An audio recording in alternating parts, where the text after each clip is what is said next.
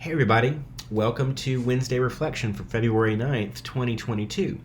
I want to talk to you a little bit today about light and epiphany and Scholastica of Nursia. Saint Scholastica is remembered on February 8th in our calendar, so yesterday was her feast day. Scholastica was the sister of Benedict of Nursia. And so Benedict, I'm sure you are familiar with that name, founded the Benedictine monks and basically wrote the Rule of Benedict, which has really become in the Western Church sort of the gold standard of monastic living and monastic order. Those are the rules that Benedictine monks live by, and all of the other branches of Benedictine-style monasticism that have come off from that, Cistercians, things like that. Others as well, which I can't think of off the top of my head, but suffice to say that the Rule of Benedict greatly influenced all of Western monasticism to some degree, even though some orders don't use the Rule of Benedict specifically. Their orders and their rules have those rules of life pretty much have their lineage traced back to Benedict. So that's enough about Benedict. Let's talk about Scholastica. She founded a female order in parallel to Benedict's order. So she is seen as the sister of the Benedictine lifestyle. She worked with Benedict and created a female house that paralleled Benedict's male house. And they follow the same rule and all that good stuff.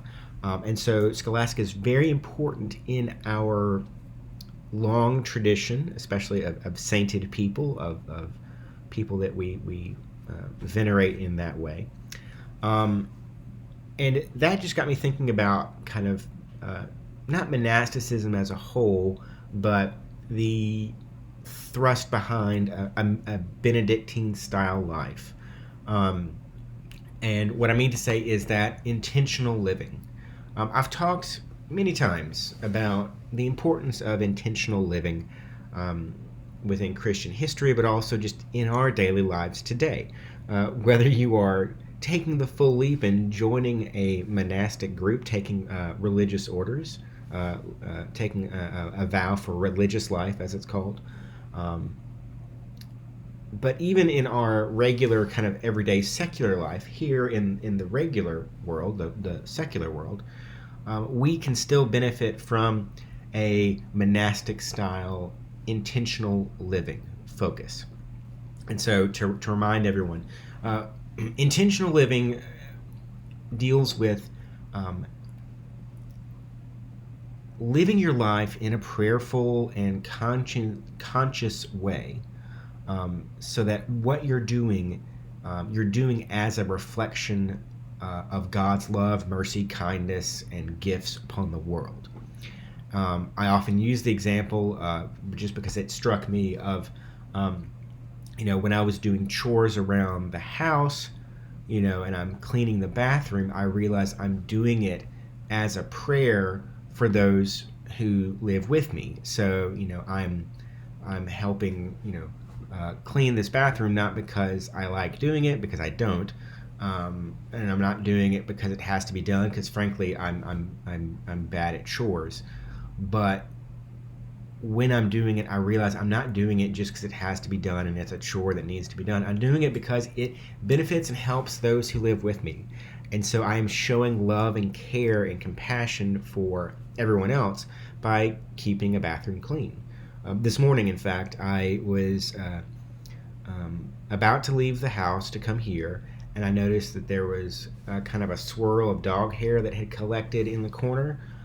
Just with the way that the AC circulates, and the dog hair tends to gather in little clumps, and so I just real quick grabbed the broom, swept it up, that corner up, checked another corner where I know dog hair collects, swept that up too. And so it was a really easy thing to not, I wasn't having to do a whole big, deep clean of the house. I wasn't sweeping the entire house. I just could do a spot check and say, oh, that's a problem, and just fix it. not because I needed it to be fixed. I just know that it would really help my family to just walk in and not even have to see the clumps of dog hair. It was an instant way I could do a prayerful thing for my family. Um, and so it's not just those kinds of physical acts or those acts of labor that are intentional living. You can do something as simple as uh, waking up exactly when your alarm clock goes off and not hitting a snooze button for 10 minutes. That's a whole other practice called the golden minute or the heroic minute. But what it does is it starts the whole of your day off on this intentional start. Like, I am going to get up exactly when the alarm goes off and start my day. So that is an example of an intentional style life. I'll do another talk another day about Thich Nhat Hanh. Thich Nhat Hanh was a Buddhist monk who lived to the age of 95. He passed away about 2 or 3 weeks ago, and that touched me. I have been following Thich Nhat Hanh's writing and teaching for probably about 7 years or so, maybe 10 years. When I discovered a lot of his writing on mindfulness. Mindfulness, has its heritage in Buddhist teaching and Buddhist thought, but it has become kind of a buzzword around the Western world, especially like in America and Europe, because I think it really created an awareness of a need that I think a lot of our Western minds had forgotten. And it really played well into the fast-paced world that we've built up for ourselves. And mindfulness is intentional living, really. There are differences, obviously, but when you get to the core of it, it's really a very similar teaching. And reading Thich Nhat Hanh helped me reconnect and remember the Christian history that has done the same thing.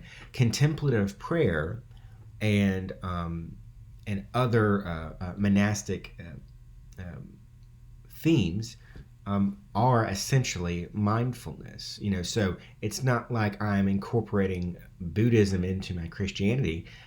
No, in fact, I'm just relearning and reacquainting myself with a Christian history that I think had gotten forgotten. The Protestant work ethic and a lot of the industrialism of more recent years and past, the recent past centuries,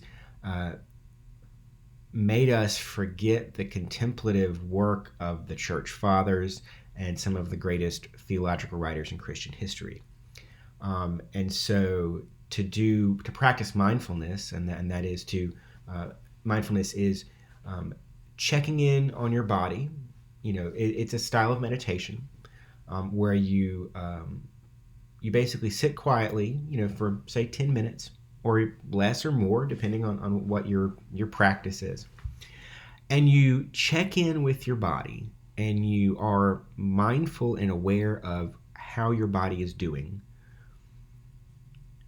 And you don't comment or have a play-by-play announcer kind of sportscaster role in your head. You let those comments and thoughts just pass by, uncommented upon. So, for example, you might sit in a favorite chair, and you would begin by, say, closing your eyes or focusing on a particular spot in the room and not really looking around, just focusing on something. And much in the same way that when you're going on a long drive in your car, and you find it really easy to kind of think on and chew on thoughts in your head while you're doing a long drive, it's because you're giving your body something to do so that it frees your thinking mind to mull over the thoughts of the day. I do some of my best thinking when I'm alone in my car on a long drive. And so that is kind of what mindfulness is in a nutshell, is that you are giving your mind space to maybe settle itself down and to not have any conscious stream of thought.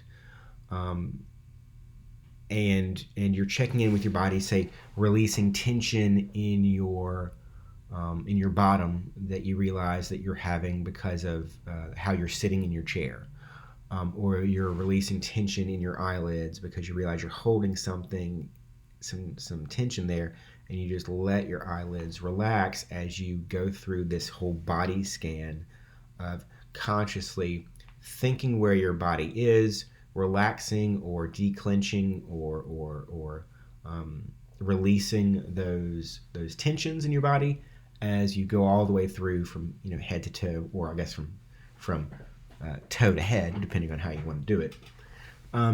All this to say is that the process of physically just checking in with your body and like relaxing your right shoulder, or realizing that you're gripping your hands on the armrest of your chair, shifting into a comfortable position where you're just checking in and being very conscious of your breath, how you're breathing in through your nose and out through your mouth.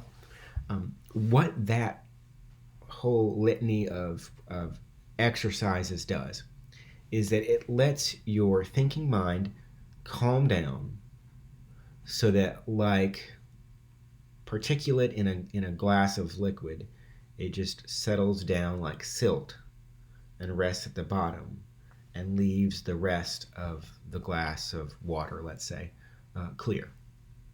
That is what you are essentially doing with your mind. And this practice, again, only needs to take 10 minutes. But what that can do at the beginning of your day is put yourself in a very calm and introspective place. And it sets you up for kind of differentiating your beliefs from your emotions. So for example, if you wake up and you are stressed about something and you're griping about it, and you're angry about it, and you're feeling a lot about it, you have some big feelings going on. Even when you move on to a new topic, let's say you start having breakfast, or you start getting your bag packed for your day, or you get in your car, or whatever you do, you could be carrying that first emotional energy that you woke up with all day long. And it could direct how you interact with everybody across your day. It could color the entirety of your day. But what you believe about something, whether it's a song that comes on the radio, or how the person at the coffee shop interacted with you when you were buying a cup of coffee, versus how you're going to be having a conversation with a coworker or a peer later in that day, what you believe about the things that are happening in your life is entirely separate from your emotional response to that stimulus. So if you allow yourself to settle your mind and be calm, you will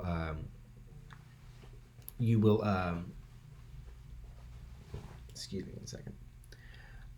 You will help yourself be more prepared for the rest of your day. So all this to say is that your work in the world is greatly enhanced by intentional living, because when you get up, you intend on going to work. You woke up and intended on having lunch. You woke up and you intended on reading that chapter in that book. So when you delve into that activity, realize that you woke up to do this today. And I think what that helps us do is to give it a lot more purpose, and gives you a lot more presence in the activity and joy in what you're doing. I think having an active joy in what you're doing really helps you get the most out of that time spent. And that's not to say that you have to be happy and cheery and smiley all day. A joy of an activity could be something that you're doing as a response to, like, let's say you had a hard day and you heard some bad news. A friend of yours is very, very sick. Yes, you should grieve the hardship that person is going through. You should empathize with them, and that will color and affect what you're feeling. And yet, when you go to read that chapter, you were fully invested in that chapter. And so there is a joy in the doing of it because you realize that you're doing it purposefully.